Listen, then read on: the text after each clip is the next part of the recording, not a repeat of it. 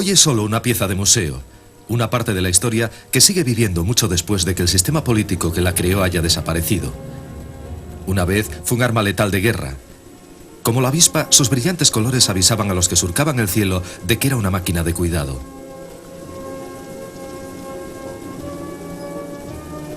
De los muchos aviones que lucharon en las batallas aéreas de la Segunda Guerra Mundial, este fue indiscutiblemente el más legendario, el Messerschmitt Bf-109. Sin ninguna duda, fue el aparato más famoso que haya volado nunca en la Luftwaffe.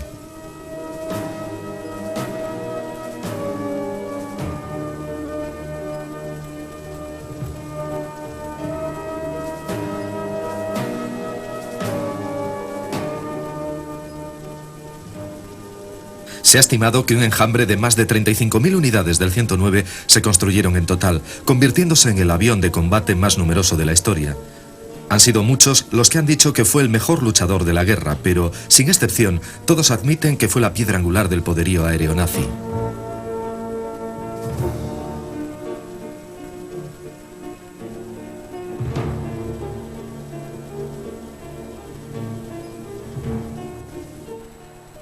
A pesar del gran número producido, muy pocos 109 sobreviven hoy. De hecho, solo queda un 109 construido originalmente por los alemanes en estado de vuelo. Es el ejemplo de una época pasada. Años de tumultos, destrozos y valentía sin precedentes.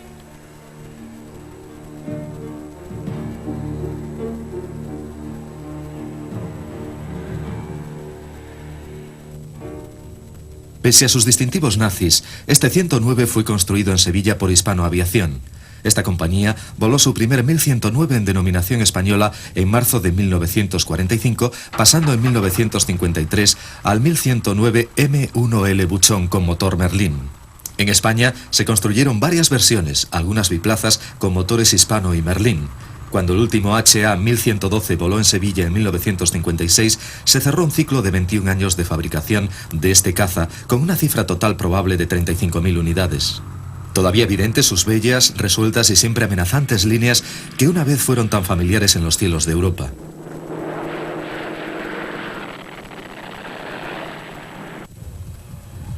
Hace 50 años parecían invencibles.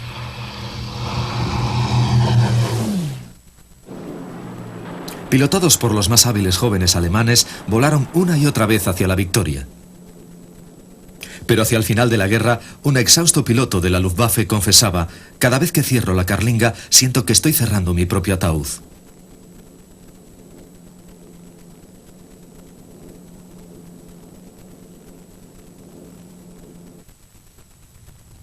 Los equipos de tierra están rearmando y preparando este avión para una nueva salida. Con 3 cañones y 2 ametralladoras, el 109 era un arma formidable. A diferencia de los pilotos aliados, los de la Luftwaffe no tenían un sistema rotativo durante la Segunda Guerra Mundial, razón por la que cada uno pudo apuntarse muchas victorias y también por la que muy pocos sobrevivieron. A pesar de la tremenda camaradería que existía entre ellos en el aire, cada hombre estaba terriblemente solo.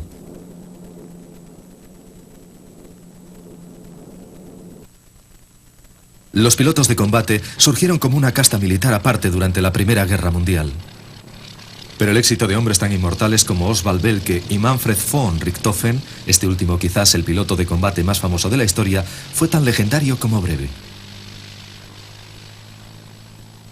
El tenaz Barón Rojo, cuyos 80 derribos jamás fueron igualados por ningún as de la Gran Guerra, se convirtió, al igual que otros pocos pilotos de combate, en un héroe reconocido internacionalmente. Sus aparatos, normalmente biplanos o triplanos, eran primitivos, su construcción burda, su armamento impredecible. Equipado con un peculiar motor Oberursal de cilindros rotativos y lubricado con aceite de castor, la montura favorita de von Richthofen fue el triplano Fokker DR-1. El famoso circo volante de von Richthofen, que reunía a algunos de los más hábiles pilotos de guerra, era una máquina aérea sin precedentes. La gloria les envolvía, pero la expectativa de vida de cada piloto de combate era en promedio de solo 6 semanas. Jamás se consideró ni el confort ni la seguridad de los pilotos. Los paracaídas fueron retirados por poco viriles y perniciosos para la moral. La inspección prevuelo no aseguraba nada. Los pilotos creían en el destino y confiaban en que la suerte les trajera vivos de vuelta.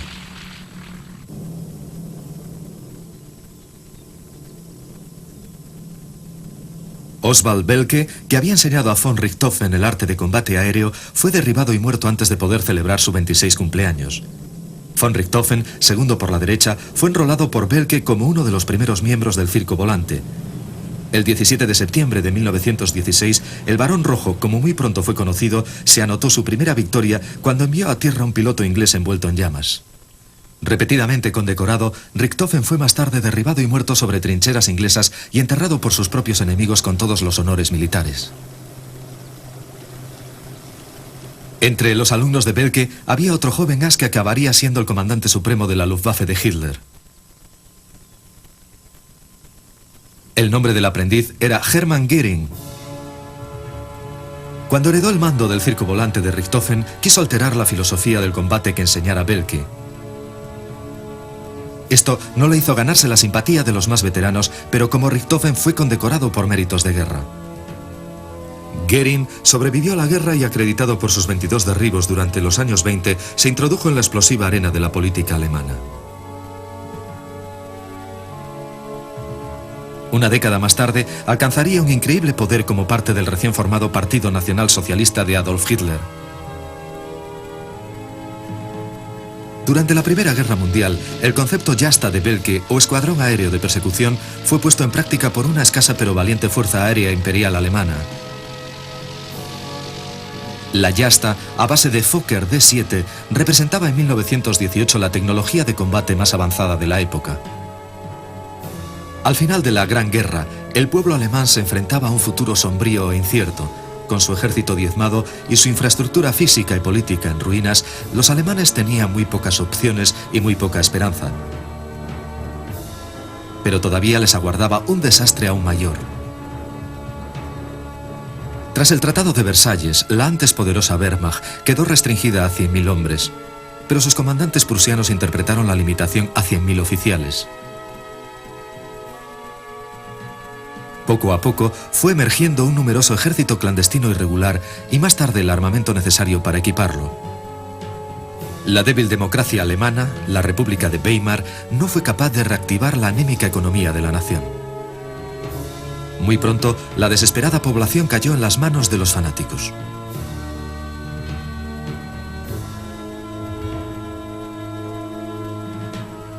Tras la destrucción de la máquina de guerra alemana, la nación y su gente suspiraban por la dignidad perdida.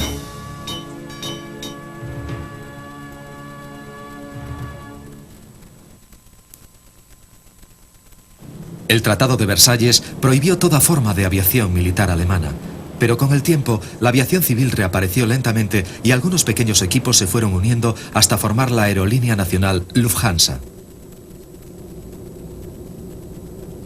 En 1927, Lufthansa estaba buscando un nuevo avión de pasajeros y la Bavarian Aircraft Works, cuyo equipo de ingenieros estaba encabezado por Willy Messerschmitt, presentó este diseño de 10 asientos, el modelo 20. El primer prototipo del M-20 se estrelló. Lufthansa exigió la inmediata devolución de su inversión y esto produjo la ruina financiera de la compañía bávara. Para el diseñador Willy Messerschmitt, esta debacle le ofrecía una oportunidad. Su propia industria de aviación nació tras el desastre, no sin antes mantener una acalorada discusión con el director responsable de la cancelación del M-20. Ese hombre era Erhard Milch, un burócrata pragmático con fama de conseguir que las cosas se hicieran. Una vez que él y Messerschmitt discutieron, quedaron sembradas las semillas de una amarga enemistad que duraría décadas. El fracaso del M-20 y las limitaciones impuestas a la aviación militar en Versalles condujeron la energía de Messerschmitt hacia aviones civiles más pequeños. Este es el M-21, notorio por su sistema de alas plegables que ahorraba espacio en el hangar. Fue una de las muchas ideas nuevas que le valió a Messerschmitt la reputación de ingeniero innovador.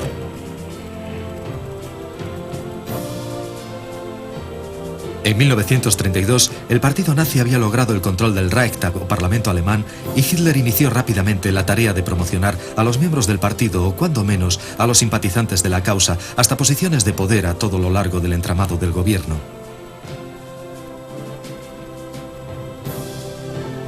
Tejió una intrincada red de seguidores bien escogidos, cada uno en una posición clave y vital para el nacimiento del nuevo Reich. Uno de ellos era Erhard Milch. Paradójicamente, Milch era medio judío, pero se le encomendó un importante papel en el desarrollo de la industria aeronáutica militar a pesar de todo. Para apartar cualquier estigma de la derrota de la última guerra, la Fuerza Aérea Alemana adoptó un nuevo nombre, la Luftwaffe.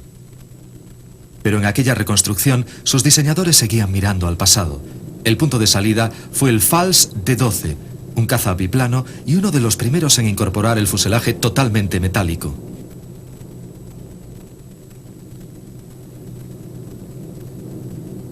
Enseguida, los nuevos biplanos de combate llenaron los cielos del nuevo Reich. Entre estos símbolos de la joven Luftwaffe estaba el Heinkel HE-61. Pero en 1934 también el Heinkel ya estaba desfasado y comenzó la búsqueda de un modelo más moderno. Un candidato madrugador fue el Arado 80, un monoplano aerodinámico. Tenía la carlinga abierta y fue presentado con aterrizaje fijo, aunque había sido previsto un sistema retráctil. La desventaja era su excesivo peso y nunca pasó de la fase de prototipo. Otro contendiente fue el Focke-Wulf 159, construido con tren de aterrizaje retráctil y carlinga cerrada. Su mayor innovación fue el ala alta tipo parasol que le hacía más manejable. Pero también se rechazó su fabricación porque dicha ala hacía muy peligrosos los aterrizajes de emergencia y reducía la velocidad. El favorito para el contrato era el Heinkel 112. Tenía el tren de aterrizaje retráctil y carlinga abierta, pero este Heinkel de combate era tremendamente pesado. Por si fuera poco, sus alas eran de complicada fabricación y enormemente caras. Con el tiempo justo, Heinkel decidió mejorar su 112 con una versión más ligera y también construyó el modelo 110, aún más ligero.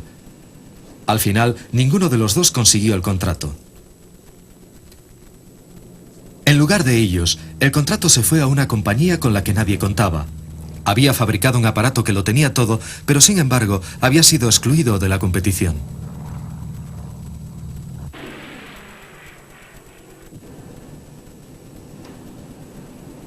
Aquella discusión de Messerschmitt con el ahora mariscal de campo Milch había causado que su compañía fuera virtualmente excluida de cualquier proyecto militar. A pesar de ello, con secreta confianza, habían construido un avión ligero monomotor al que se llamó Messerschmitt 108 Tifón. De aterrizador plegable, el diseño del 108 era limpio y simple. Incorporaba avanzadas características que le proporcionaban extraordinarias prestaciones. La carlinga era amplia y bastante confortable en comparación con los aviones de la época.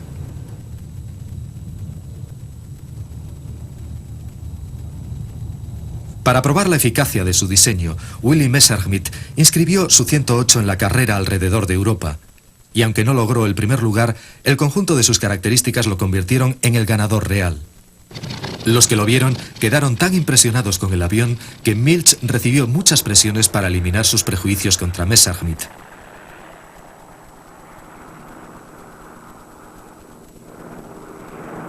Al final, se permitió a Messerschmitt someter su diseño a concurso para el nuevo avión de combate. Pero el vengativo Milch le hizo saber claramente que aunque su compañía ganara el concurso, sería otra la que construyera el avión. Sin perder la fe, Willy Messerschmitt aceptó el reto. Messerschmitt se aplicó inmediatamente a afinar el 108 para dotarle de mejor aerodinámica y puso todo su énfasis en la velocidad porque a menos de que su diseño fuera superior con mucho al de Heinkel, sabía que Milch le apretaría las clavijas. El Messerschmitt resultante tras las mejoras llegó a ser una leyenda de la aviación. Denominado 109, era un esbelto monoplano de carlinga cerrada y tren de aterrizaje retráctil. Era además un aparato mucho más fácil de construir que el complicado 112. Simultáneamente a la victoria de Messerschmitt, la inteligencia alemana supo en 1936 de un caza inglés de similares características, el Spitfire.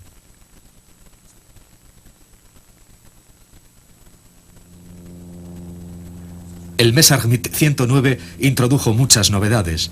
Fue el avión que volaría a la inmortalidad en la batalla de Inglaterra.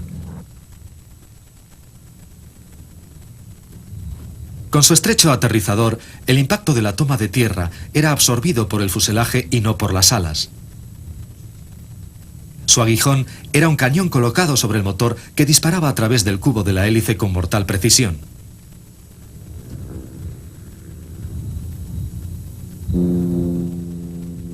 Sus alas eran ligeras y fácilmente desmontables.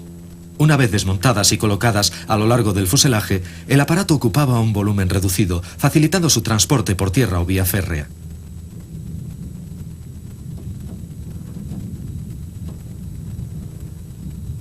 El fuselaje era estilizado y amenazador, la cabina pequeña y estrecha. En las postrimerías de los años 30, el 109 era toda una maravilla aerodinámica. Además, no era caro de producir, así que pudieron fabricarse un gran número de 109.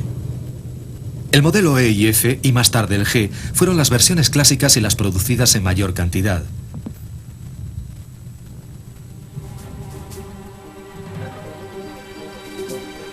El 109, modelo E, o E-1000, como le llamaban los pilotos alemanes, fue enviado a curtirse en combate en la Guerra Civil Española. La Legión Cóndor, compuesta por unos 6.000 hombres de la Luftwaffe, ayudó a las tropas de Franco, adquiriendo una experiencia vital para años venideros.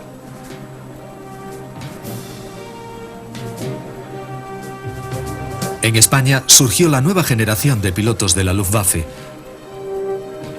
Pero aunque los 109 mostraron considerables progresos en el combate, la máquina todavía tenía algunas deficiencias. Günter Rall, tercero en el ranking de ases del combate de todos los tiempos, nos explica. El 109 era un avión muy sensible, de una cabina minúscula, palanca muy corta y algunos problemas con el tren de aterrizaje estrecho y alto, lo que causaba a los novatos a veces muchas dificultades. Cuando se empezaba el despegue, se empujaba la palanca hacia adelante para elevar la cola. Entonces había que aplicar inmediatamente el timón contrario para compensar el par de giro de la hélice.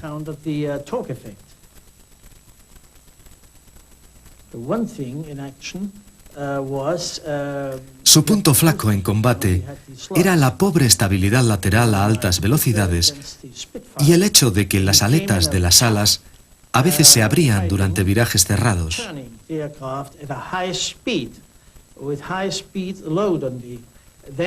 Y aunque esto impedía la entrada en pérdida, originaba una oscilación que dificultaba la puntería.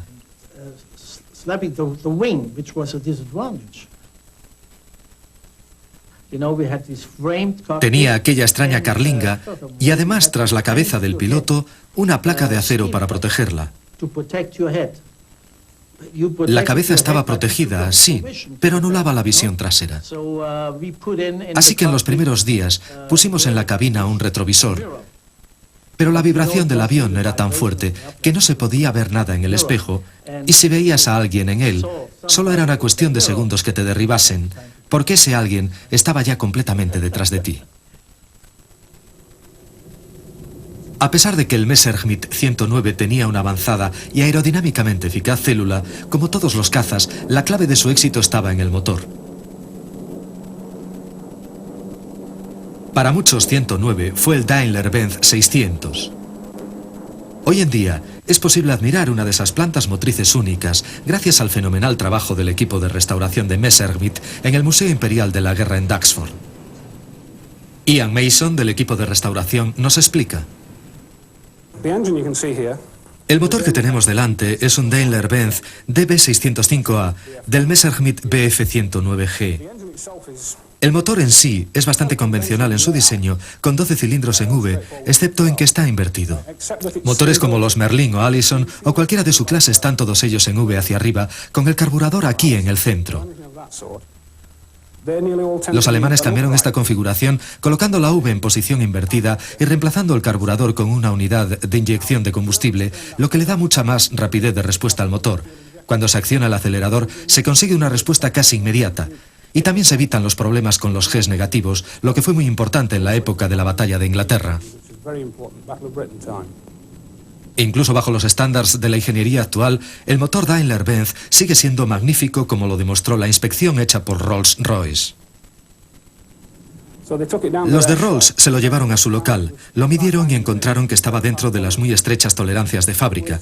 Y sus palabras para nosotros fueron: por Dios, ojo con el cigüeñal, porque sería imposible construir otro con los medios que hoy tenemos. Así que cuando piensas que los alemanes fabricaron 100.000 de estos motores con tan estrechas tolerancias, es algo que dice mucho acerca de la industria alemana de los años 40. La ingeniería alemana era reconocida por su precisión y los motores de la serie 600 de Daimler-Benz mantuvieron esa tradición. Este motor estaba perfectamente diseñado para la célula del Messerschmitt y además podía ser reemplazado en cuestión de horas. La ventaja era que el 109 podía volver al combate en la mitad de tiempo que requería Spitfire, el británico.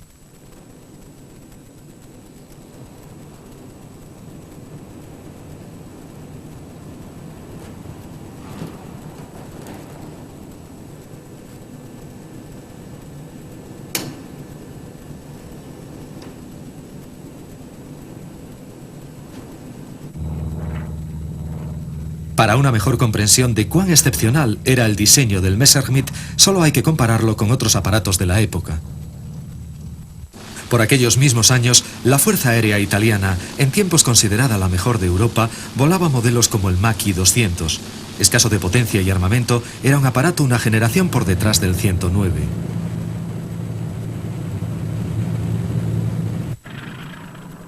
El Macchi 200 fue más tarde equipado con el propulsor Daimler-Benz 600. Denominado 202, combinó el viejo fuselaje con el nuevo motor, resultando un avión más potente, pero nunca fue rival para el Messerschmitt.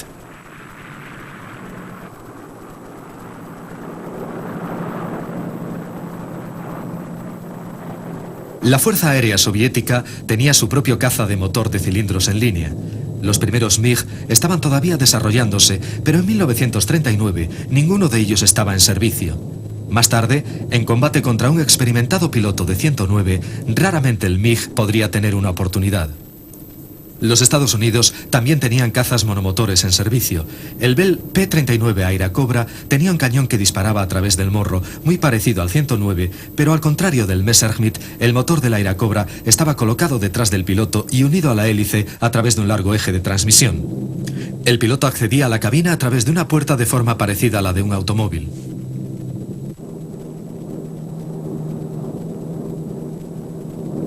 A pesar de ciertas avanzadas características como su tren triciclo retráctil, el Airacobra estaba terriblemente escaso de potencia. Pero con todas sus limitaciones era lo que había disponible, y en la otra esquina del mundo, pilotados por soviéticos, 10.000 Airacobras se batieron contra la poderosa Luftwaffe sobre los cielos de Rusia. Los 109 alemanes más rápidos y manejables los derribaban casi sin verlos. En 1939, otro avión producido en los Estados Unidos fue el P-40. Equipaba un motor Allison parecido al del P-39, pero de diseño mucho más convencional. Careciendo de turbocompresor, no era muy bueno a gran altitud. El mejor caza francés era el de Boatin D-520. Fabricados a toda prisa en una nación que esperaba atenazada la agresión nazi, tampoco fueron obstáculo para los 109. 1939 encontró a la RAF con dos cazas principales listos para la guerra. Cada uno de ellos sería un clásico: el Hawker Hurricane y el Supermarine Spitfire. Este último fue el avión que derrotaría a la Luftwaffe de Goering, el gran rival del 109. Ambos aparatos británicos estaban equipados con los soberbios motores Rolls-Royce Merlin. El Hurricane era lento, pero tenía un gran radio de acción, 600 millas, mucho más que el 109. El Spitfire, mucho más rápido y manejable, no alcanzaba el techo ni tenía la capacidad de picado del avión alemán. Todo estaba preparado para una guerra en el aire como jamás había visto el mundo.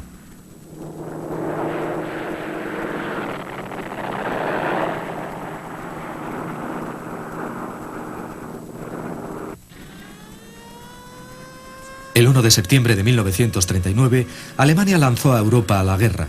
Más de 200 Messerschmitt Bf-109 sobrevolaron el cielo de Polonia como punta de lanza del ataque sorpresa.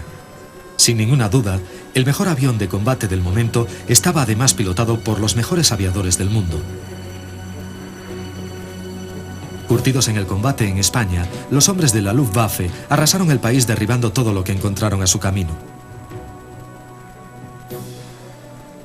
Apoyando el avance de sus fuerzas de infantería a través del territorio polaco, la Luftwaffe se enfrentó a más de 300 aviones enemigos. Muchos fueron eliminados en tierra, sorprendidos e indefensos. Los polacos ofrecieron una resistencia tan heroica como inútil. Cuando el humo del ataque se disipó, la Fuerza Aérea Polaca simplemente había dejado de existir, arrasada y dispersa por todo el territorio que se suponía debía proteger. La Luftwaffe perdió menos de 80 aparatos.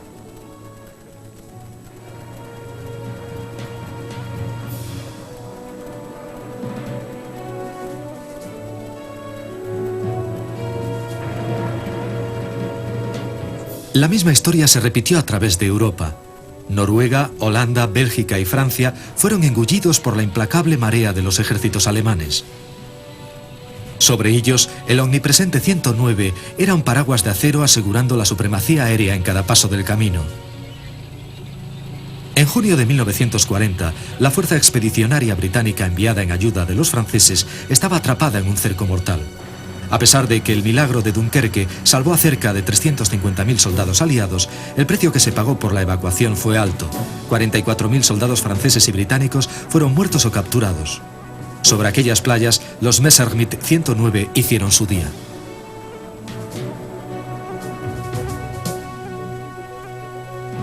Tras la derrota francesa, Alemania dirigió su atención al Reino Unido. Goering juró poner a la nación británica de rodillas e inició los raids de bombardeo diurno sobre la isla. La escolta primaria de sus bombarderos era el 109. Alentados por aquellas históricas palabras de Hugh Dowding, el destino de generaciones enteras está en vuestras manos, los pilotos británicos de los Spitfire y Hurricanes se arrojaron sobre el invasor.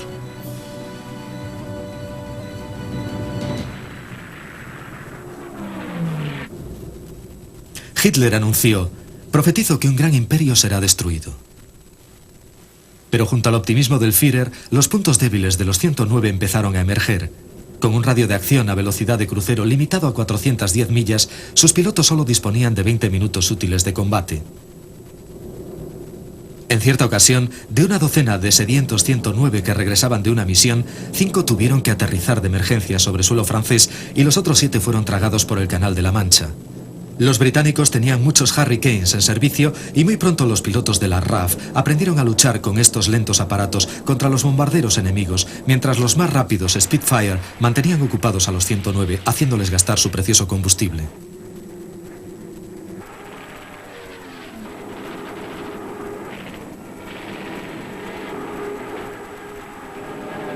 El as de la Luftwaffe, general Dieter Rabach, voló sobre Inglaterra en un 109.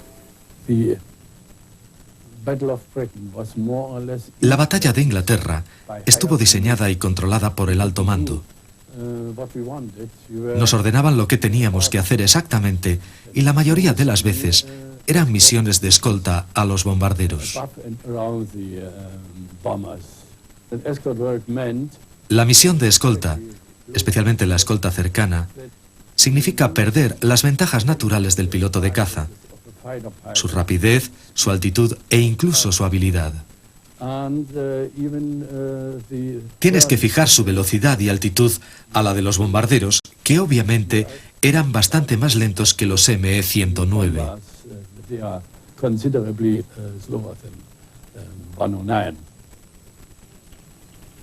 Ciertamente, el corto alcance de los 109 era un hándicap en misiones de escolta de bombarderos. Pero frente a las trágicas pérdidas que sufrieron, tenían ciertas ventajas. Con un techo de 2000 pies más que los Spitfires, podían picar sobre los pilotos ingleses sin que estos lo sospecharan. Cuando salieron los más potentes 109F, sus ventajas mejoraron notablemente. Aprendiendo de los alemanes, los pilotos ingleses dejaron de volar en formación y lo hicieron en pequeños grupos sueltos para tener más libertad de maniobra y mayor alcance de visión. Pese a su limitado alcance, los hombres de la Luftwaffe se aventuraban con sus 109 a volar en solitario sobre el canal, haciendo de señuelo para atraer a los pilotos de la RAF hasta donde esperaban sus camaradas volando en círculo sobre la costa francesa.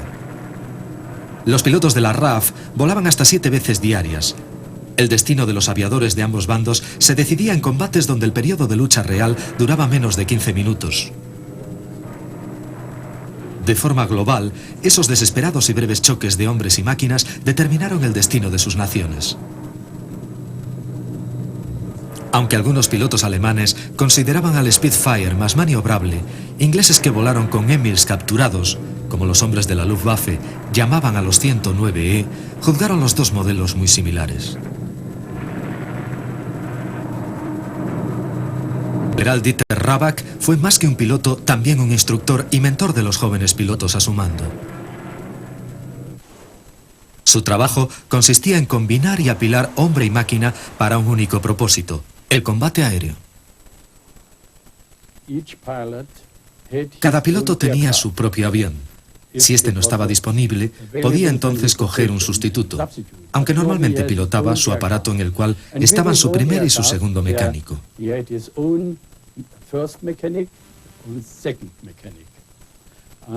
En Alemania, ya sabe, teníamos esta unidad de cuatro aparatos a los que llamábamos Swarm.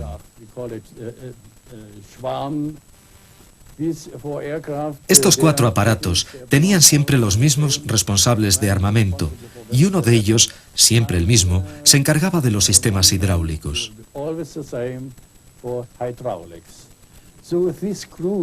Así que el grupo funcionaba como una piña. Los 4 aparatos, los 4 pilotos y los mecánicos de tierra que volaban con el corazón junto a sus pilotos cuando salía el grupo, esperando, deseando y rezando para que todos volvieran y que lo hicieran con la victoria.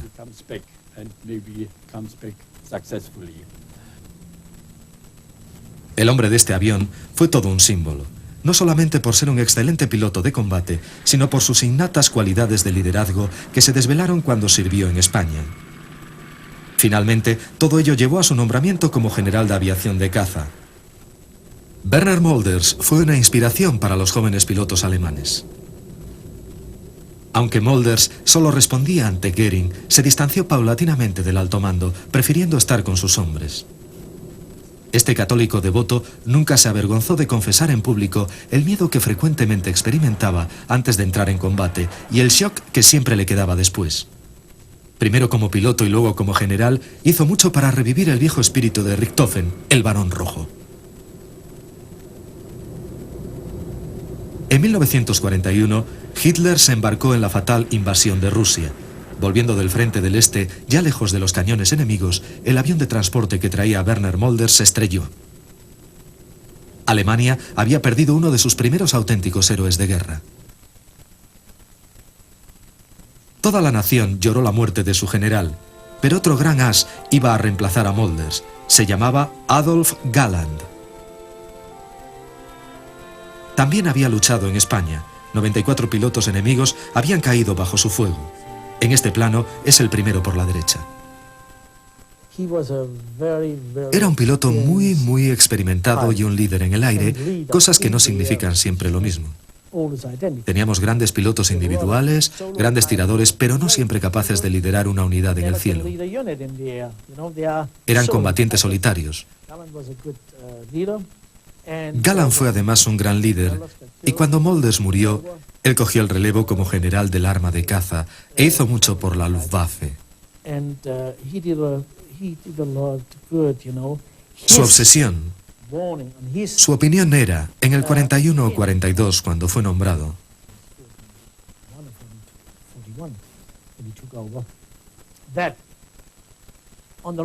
que en el largo camino que nos quedaba por recorrer necesitábamos tener una fuerza de defensa aérea muy fuerte. La prioridad de Hitler fue siempre la aviación de ataque más que la defensiva, y muy pronto exigió planes para reemplazar al 109.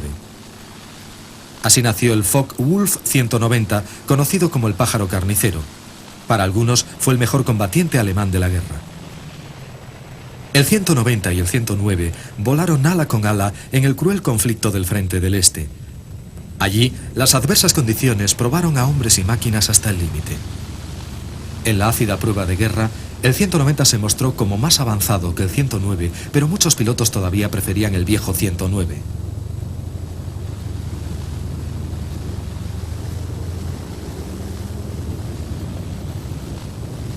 En el oeste, ejércitos de bombarderos comenzaron a sembrar de escombros el corazón de Alemania. Hitler todavía insistía en fabricar aviones de bombardeo ofensivo. Galland dijo no, tenemos que producir cazas, cazas, cazas, y tenía razón. Durante la primavera de 1944, muchos ases alemanes como RAL fueron traídos del frente del este para plantar cara a los bombarderos diurnos americanos. En aquel momento, la Fuerza Aérea Norteamericana había recibido nuevos cazas con mayor alcance, fuertemente armados y mucho más rápidos como el Republic P-47.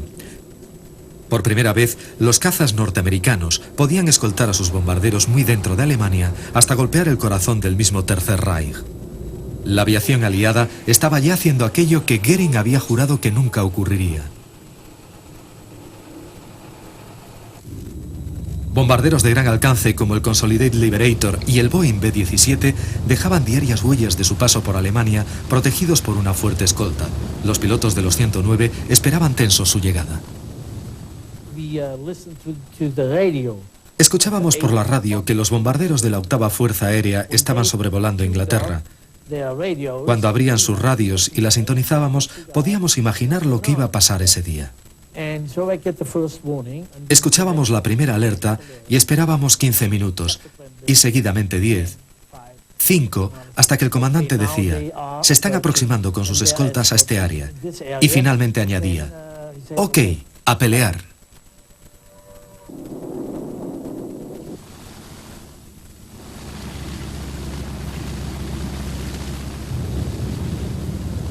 Luchar contra aquella marea de bombarderos enemigos supuso el mayor desafío para los pilotos de la Luftwaffe desde que comenzó la guerra. Los 109 y 190 inundaron Occidente, pero a pesar de sus esfuerzos, cientos de miles de civiles alemanes morirían.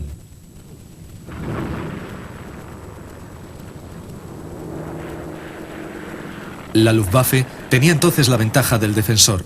Los pilotos americanos llevaban ya horas volando cuando sus adversarios alemanes recibían la orden de despegar. Durante el largo vuelo, debían superar el fuego antiaéreo alemán, los fallos de sus propias máquinas y el terrible miedo a lo que les esperaba más adelante. Fue en el norte de Frankfurt. Vimos cómo se acercaban, bajé aproximándome todo derecho. A cerca de 8.000 metros había un grupo de P-47. Derribé uno y luego otro. Los demás saltaron sobre mí. Lo sé ahora, fue la jauría de lobos de Hapsenkes.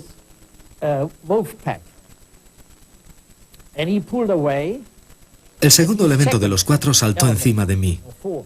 Los 4 P-47 me cazaron. Tras saltar, caí a lo alto de un árbol. Con mi pulgar arrancado, herido, quemado con el fuego del infierno, pero me dije, bien, he salido de esta.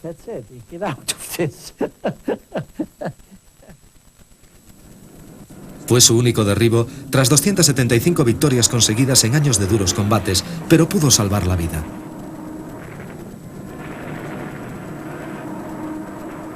Uno tras otro, frecuentemente tras más de 500 misiones a su espalda, el tiempo, la suerte y la muerte hicieron estragos con los mejores ases de la Luftwaffe. Entre enero y abril de 1944 se perdieron más de 1000 pilotos de caza de la Luftwaffe, aunque los aviadores aliados también llevaron lo suyo. En 1943, casi una tercera parte de las tripulaciones de los bombarderos nunca llegaron a alcanzar el final de su primer turno de 25 misiones. Pero inexplicablemente, la producción alemana de aviones se incrementó en 1944.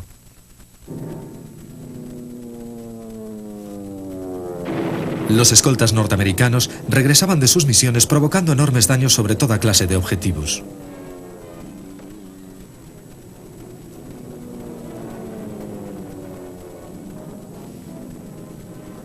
La ferocidad de los cazas de la octava Fuerza Aérea convirtieron muchas bases de la Luftwaffe casi en cenizas.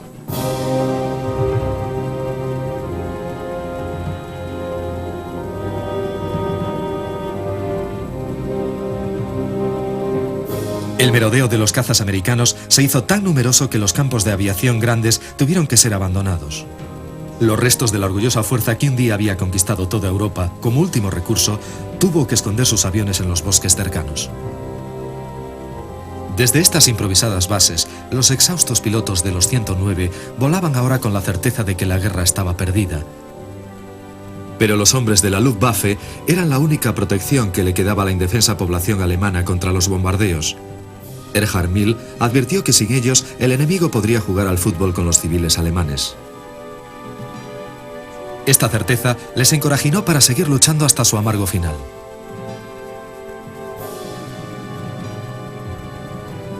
En los últimos meses del conflicto, este diseño de 1934 ya tenía 11 años de antigüedad. El 109 y los hombres que lo volaron siguieron adelante a pesar de la abismal desproporción de fuerzas. Los aviadores de la Luftwaffe estaban a veces en desventaja de hasta 8-1. No hace mucho tiempo rodeados de prestigio, con buenos coches y estatus de héroes, ahora solo estaban cansados y entumecidos. Llegué al ala 52 en noviembre de 1942, cuando el ala tenía cerca de 4.000 victorias aéreas.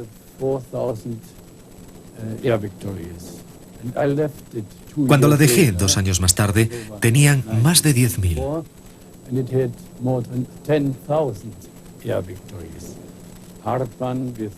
Hartmann, con el mayor número de ellas, Barkon, Bath, Rall, Steinhoff y Oblesser, todos ellos con más de 150 derribos enemigos.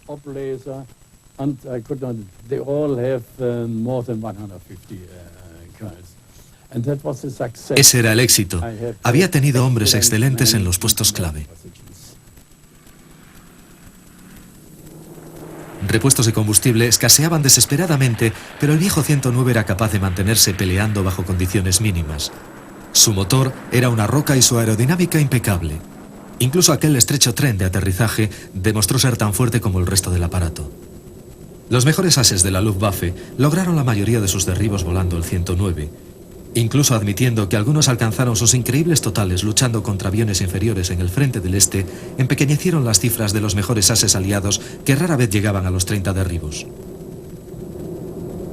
Millares y millares de pilotos de la Luftwaffe volaron sus últimas misiones en los 109 y las marcas de sus derribos en los laterales de los cazas aliados fueron testimonios mudos de sus últimos instantes en la defensa de la causa alemana.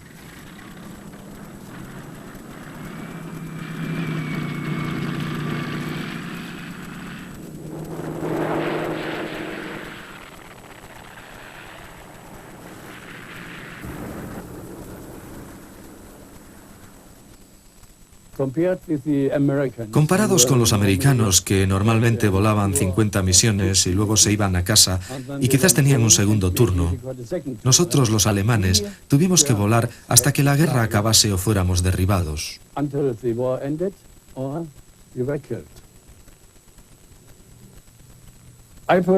Yo, personalmente, he volado en más de 1000 misiones y conseguí 125 derribos.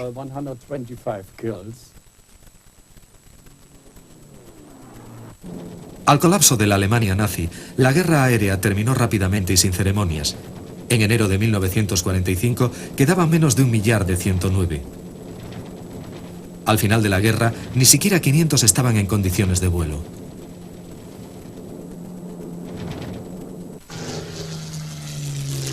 Los aliados capturaron algunos 109 durante la guerra y los mantuvieron para experimentar y con fines propagandísticos.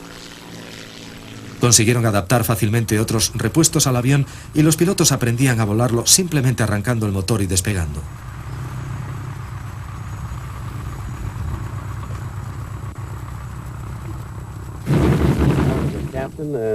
Yo era capitán en la base de Bright en pruebas de vuelo como oficial de operaciones y cuando nos llegaron 2 109 y 2 Focke-Wulf, tan pronto como estuvieron preparados, me coloqué el primero de la lista para volarlos y mi primer vuelo fue en un 109.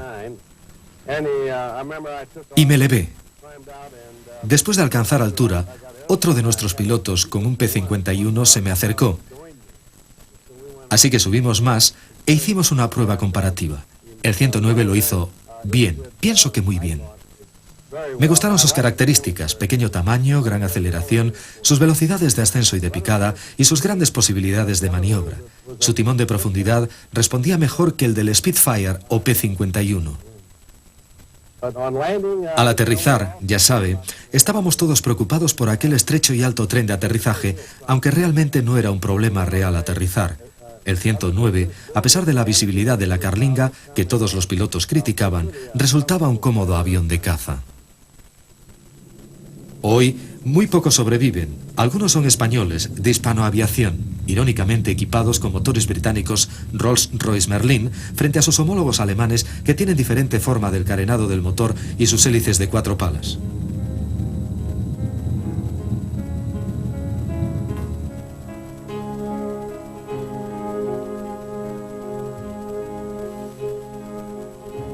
Los originales, raros, se consideran preciosas piezas de colección para museos de todo el mundo.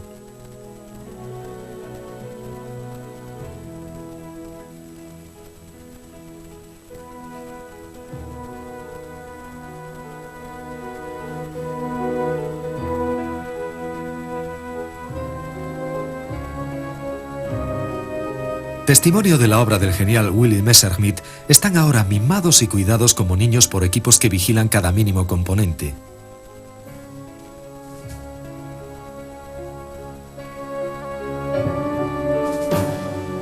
Dedican cientos de horas de trabajo a máquinas que en otro tiempo inspiraron terror y respeto. El amoroso cuidado que se les otorga ahora es curiosa y diametralmente opuesto a la violenta naturaleza con que fueron concebidos entonces. Concienzudamente restaurados, cada pieza forma parte de un mosaico que pertenece a una época pasada.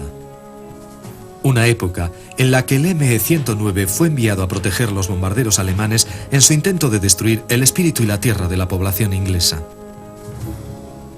Al final de la guerra, se cambiaron los papeles y fue el 109 quien luchaba desesperadamente para detener los ignominiosos bombarderos aliados. Pero fallaron en esta misión y casi 500.000 civiles murieron bajo la lluvia de bombas.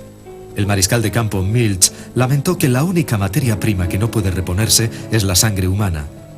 Cuando el último 109 disparó su último proyectil y sucumbió finalmente, cerca de 160.000 aviadores ingleses y americanos y un enorme e indeterminado número de pilotos alemanes habían dejado sus vidas allá en lo alto, sobre los campos y ciudades de Europa.